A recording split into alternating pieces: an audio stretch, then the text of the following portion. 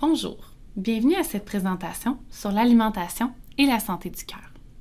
Cette présentation a été créée pour les gens souffrant d'une maladie cardiovasculaire ou de dyslipidémie. Les buts de cette présentation sont d'augmenter vos connaissances afin de vous permettre d'améliorer vos habitudes alimentaires, répondre à vos interrogations face à l'alimentation et prévenir ou retarder les complications de la maladie. Parlons un peu du bilan lipidique sanguin. C'est un portrait des différentes composantes du gras dans votre sang des 3 derniers mois. On y retrouve le cholestérol total, le cholestérol LDL, le cholestérol HDL, le cholestérol non HDL et les triglycérides. Nous reviendrons à ces composantes un peu plus tard. Les facteurs de risque des maladies cardiovasculaires. Il y a les facteurs de risque non modifiables, comme l'âge et les antécédents familiaux, et les facteurs modifiables, comme l'hypertension artérielle, les dyslipidémies ou un bilan lipidique perturbé, le diabète, un taux de taille élevé, la sédentarité, le stress et le tabac. En bleu, ce sont les facteurs de risque modifiables par l'alimentation. La définition du cholestérol. Le cholestérol, c'est une substance naturelle fabriquée par notre foie. Il est utilisé pour produire certaines hormones, de la vitamine D et d'autres produits essentiels au corps humain. Lorsqu'on parle d'athérosclérose, en fait, lorsque j'ai une trop grande production de cholestérol sanguin LDL, qui est le mauvais cholestérol, ça peut entraîner l'accumulation de plaques à l'intérieur des vaisseaux sanguins et augmenter le risque de maladies cardiovasculaires, comme l'angine, l'infarctus ou l'accident vasculaire cérébral, qu'on appelle l'AVC.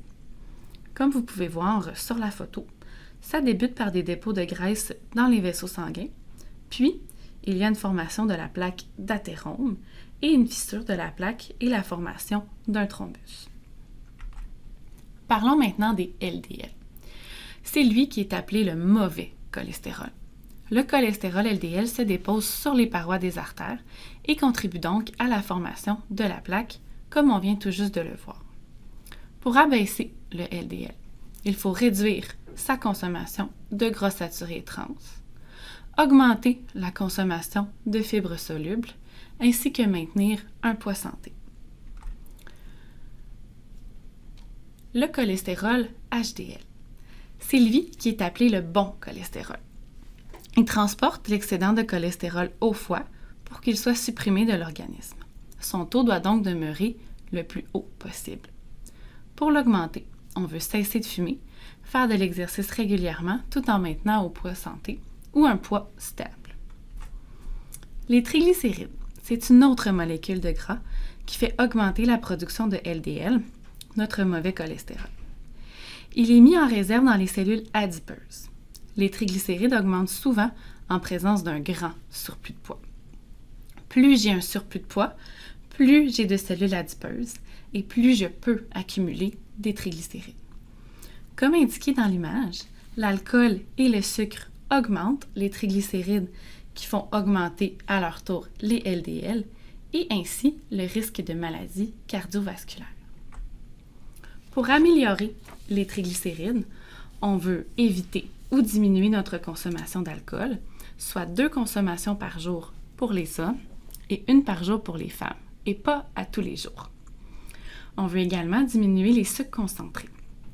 Ce sont les sucres qu'on peut retrouver par exemple dans les boissons gazeuses, les desserts, les sucreries, les sirops, confitures et les jus de fruits. On veut maintenir un poids santé et un tour de taille dans la limite recommandée. Pour ce qui est du tour de taille, c'est l'obésité abdominale qui augmente le risque de maladies cardiovasculaires. Le tour de taille idéal est de 94 cm et moins chez les hommes, ou 37 pouces, et 80 cm et moins chez les femmes, ou 31,5 pouces. Les objectifs du traitement nutritionnel est d'améliorer le bilan lipidique, dont on vient de parler, et les autres marqueurs de risque métabolique.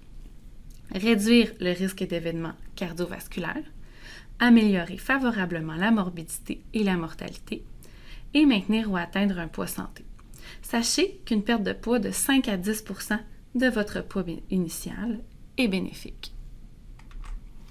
Une saine alimentation, c'est une alimentation qui est riche en fruits et en légumes, en produits céréaliers agrés entiers, une alimentation dans laquelle on privilégie les protéines végétales et les sources de matières grasses.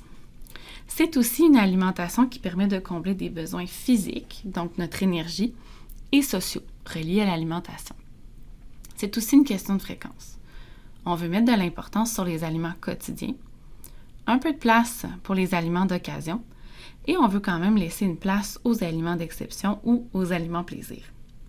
Il y a la notion de fréquence, car oui, on veut manger plus souvent des fruits et légumes que des aliments plaisir, mais aussi une notion de plaisir qui est super importante, car on veut développer des habitudes qui sont durables. Ensuite, les types de gras dans notre alimentation.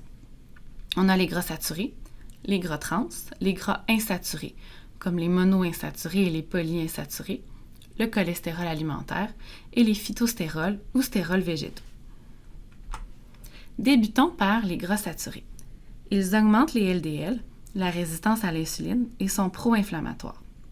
On les retrouve dans les viandes, comme le porc, le bœuf, le veau et l'agneau, les produits laitiers, la crème et le beurre, les huiles de palme et de palmiste, et la noix de coco et l'huile de coco.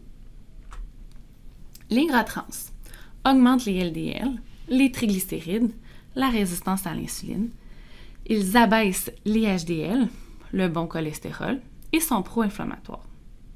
Il faut savoir cependant qu'ils ont été bannis en 2019 et qu'on en retrouve très peu dans les aliments. Ce sont aussi des produits de l'hydrogénation des huiles pour les rendre solides. On les retrouve à la base dans les shortenings, les huiles végétales hydrogénées, certaines margarines dures et molles, les vinaigrettes, les biscuits, les gâteaux commerciaux, les sauces, etc. Comment diminuer les gras saturés et trans? On veut intégrer des protéines végétales, comme les légumineuses, le tofu, le tempeh, le soya. On veut choisir des viandes maigres, comme la volaille, la viande chevaline, le gibier, la viande sauvage et le bœuf extra maigre. Il faut aussi augmenter notre consommation de poisson à 2 à 3 portions par semaine. Privilégier des produits laitiers qui sont plus faibles en gras, comme le lait et le yogourt à 2 % de matière grasse et moins, et le fromage à 20 % de matière grasse et moins. Privilégier les huiles végétales et les margarines non hydrogénées, et lire les étiquettes. Un truc universel. On recherche le pourcentage de la valeur quotidienne qui est à droite complètement du tableau de valeurs nutritives. On veut des valeurs à 15 % et moins pour les gras trans et saturés. Les gras monoinsaturés diminuent les LDL et les triglycérides et tendent à diminuer la résistance à l'insuline et préserveraient le niveau de HDL. Donc, c'est un bon gras. Il diminuerait aussi l'oxydation et le processus inflammatoire. On les retrouve entre autres dans l'huile d'avocat, l'huile d'olive, l'huile d'arachide et l'huile de canola, dans les noix et graines non salées et les avocats. À noter que ces gras ne sont pas à volonté. On veut quand même faire preuve de modération. Avec les huiles, on peut faire nos vinaigrettes, nos marinades, nos cuissons. Les noix, on peut les ajouter dans nos salades, nos muffins, nos galettes, etc. Les gras polyinsaturés, comme les oméga 3, qui diminuent les triglycérides et ont un effet anti-inflammatoire. Les sources d'oméga 3 sont les poissons gras, comme le thon, le saumon, la truite, le maquereau, le hareng et les sardines. On les retrouve aussi dans les graines de lin, de chia, les noix de Grenoble et l'huile de lin. On peut aussi aller rechercher les suppléments d'oméga 3. Ils sont bénéfiques lorsque on est dans un contexte d'hypertriglycéridémie. Sachez cependant qu'on privilégie toujours les aliments aux suppléments. Le cholestérol alimentaire.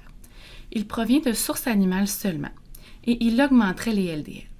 Par contre, les données sont très controversées à ce sujet.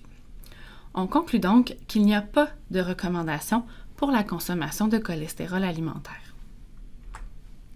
Poursuivons avec les phytostérols végétaux. Ils réduisent les LDL, les triglycérides et préservent les HDL. Les recommandations sont de 2 grammes par jour. Pour consommer 2 grammes de stérols végétaux par jour, il faut des aliments enrichis, comme la Becel Proactive, enrichie de 9% de stérols végétaux, et Célèbre avec stérols végétaux. On doit consommer 5 cuillerées à thé par jour. Ou le jus de fruits Oasis Pause Santé, 2 tasses par jour. Les phytostérols végétaux, c'est la dernière étape. Avant d'ajouter ça à notre alimentation, il faut avoir fait les autres changements dont on vient de discuter. À noter que si j'utilise la margarine Célèbre, par exemple, c'est pour remplacer les matières grasses que j'utilise déjà et non juste pour ajouter. Sur cette diapositive, on voit l'effet des phytostérols dans le sang. Sur la deuxième image, on constate que les phytostérols aident à éliminer le cholestérol via les selles. Donc, il y a moins de cholestérol absorbé et une diminution du taux de cholestérol sanguin. Les types de gras, en résumé. Les gras saturés sont à limiter. Les gras insaturés, comme les monoinsaturés et les polyinsaturés oméga 3, sont à privilégier. Les gras trans, à limiter ou éviter complètement. Il n'y a pas de recommandation pour le cholestérol alimentaire. Les phytostérols sont à privilégier, mais vraiment en dernier recours. Une autre composante alimentaire très importante, ce sont les fibres alimentaires, particulièrement les fibres solubles qui réduisent les LDL. Les sources de fibres solubles sont les céréales de psyllium, comme les All-Bran Buds, la pectine, le son d'avoine, les graines de lin, les graines de chia, l'orge mondée, les légumineuses, les fruits et légumes, le métamucil ou la poudre de psyllium. Vous pouvez en ajouter à vos céréales, les placer dans des sautés, des salades, des sauces, les cuisiner dans vos muffins, pains, gâteaux, pâtes à crêpes ou consommer des portions de fruits frais au dessert et en collation. Les protéines de soya, qu'on appelle aussi les isoflavones, ils diminuent les LDL de 3 à 5% à raison de 25 grammes de protéines par jour. Pour atteindre cette quantité, il faut consommer une tasse de boisson de soya, un quart de tasse de graines de soya grillées et 100 grammes de tofu dans une journée. Le sodium, c'est un élément essentiel et nécessaire, mais en petite quantité, au fonctionnement normal de l'organisme. Une consommation excessive de sel augmente la pression artérielle et augmente les risques de maladies cardiovasculaires. L'apport maximal quotidien de sodium est de 2300 mg par jour. Ça équivaut à une cuillerée à thé de sel par jour. Rappelez-vous que c'est vite complet. Regardez les étiquettes. La règle du 15% et moins sur le tableau de valeur nutritive est aussi applicable pour le sodium. Vous pouvez aussi rechercher les mentions faible en sel, faible en sodium, sans sel ajouté pour les différents produits. Les sources alimentaires de sodium. Où est-ce qu'on le retrouve dans notre alimentation? Sachez que le sodium ajouté à table ou à la cuisson ne représente que 11% du sel ajouté que l'on consomme. Il y a aussi 12% retrouvés naturellement dans les aliments et 77% du sel que l'on consomme provient des aliments transformés. Le phosphore. En quantité excessive, sachez qu'il augmente la calcification vasculaire. Si j'ai une source animale, l'absorption du phosphore est de 50%. Pour une source végétale, c'est de 20%. Par contre, pour un aliment transformé, l'absorption est à 100%. Donc, il faut retenir qu'on veut réduire la consommation de protéines animales et privilégier les protéines végétales, un concept dont on a déjà parlé précédemment. Mais surtout, on veut cuisiner maison avec des aliments frais qui ne contiennent pas d'additifs phosphatés. Souvent, ces aliments contiennent aussi beaucoup de sodium. Il faut donc d'autant plus les réduire. On parle alors de pâtisserie, repas congelés, frites et pizzas surgelées, croustilles, viande froide, charcuterie, etc. Ensuite, on ne peut passer à côté du guide alimentaire canadien. Comme on peut le voir sur la photo, on fait une grande place aux fruits et légumes. On comprend donc que c'est ce qu'on devrait manger en plus grande quantité dans notre journée. Un quart de l'assiette est en protéines, en laissant de la place à la protéine végétale. En fait, on veut varier. Donc oui, il y a des viandes, volailles, poissons, œufs, mais aussi des sources végétales au travers. Et le dernier quart, on laisse la place aux grains entiers. On choisit des pains et des pâtes de grains entiers, du riz brun, du quinoa, pour aller ajouter des fibres. Un modèle d'alimentation qui a fait ses preuves, c'est l'alimentation méditerranéenne. Les produits céréaliers à grains entiers sont à la base de son alimentation. Puis, les fruits, les noix, les légumineuses, le soya, les légumes, l'huile d'olive et de canola et les produits laitiers maigres sont consommés à tous les jours. Ensuite, les œufs, les viandes rouges maigres et les volailles et les poissons, quelques fois par semaine. Et les sucreries et aliments plaisir, quelques fois par mois. Finalement, ce modèle vient résumer les recommandations mentionnées précédemment. Il y a aussi la diète pour folio, qui est de façon stricte une diète végétarienne, sans viande ni poisson. Certains chercheurs auraient vu de bons résultats, même avec un peu de viande et du poisson dans la semaine. Elle comprend 30 g d'amandes entières effilées ou en beurre par jour, 20 g de fibres solubles provenant de légumineuses, avoine, psyllium, fruits, légumes, soit environ une portion de légumineuses, une portion de céréales riches en fibres et 5 portions de fruits et légumes par jour. 50 g de protéines de soya via tofu, fèves de soya, boisson de soya, noix de soya, soit 3 portions de boisson de soya, 120 g de tofu et 30 g de fèves de soya rôties par jour. Et 2 g d'estérols végétaux, comme la margarine enrichie ou les suppléments Centrum Cardio par jour. Sachez que ces modèles peuvent vous inspirer afin de faire certains changements dans votre alimentation, mais il n'est pas obligatoire de les suivre à la lettre. L'important est de trouver votre recette gagnante afin d'intégrer le plus possible les recommandations, et ce, à long terme. N'oubliez pas, le plaisir de manger reste important. En conclusion, soyez réaliste. Visez un changement à la fois. Personnalisez les changements en fonction de vos habitudes. Faites des découvertes culinaires et surtout, savourez chaque bouchée avec plaisir. Voici certains sites de référence pour des recettes ou pour plus d'informations. N'hésitez pas à les consulter. Si vous avez des questions, notez-les afin qu'un intervenant puisse y répondre dans une prochaine rencontre. Merci de votre écoute.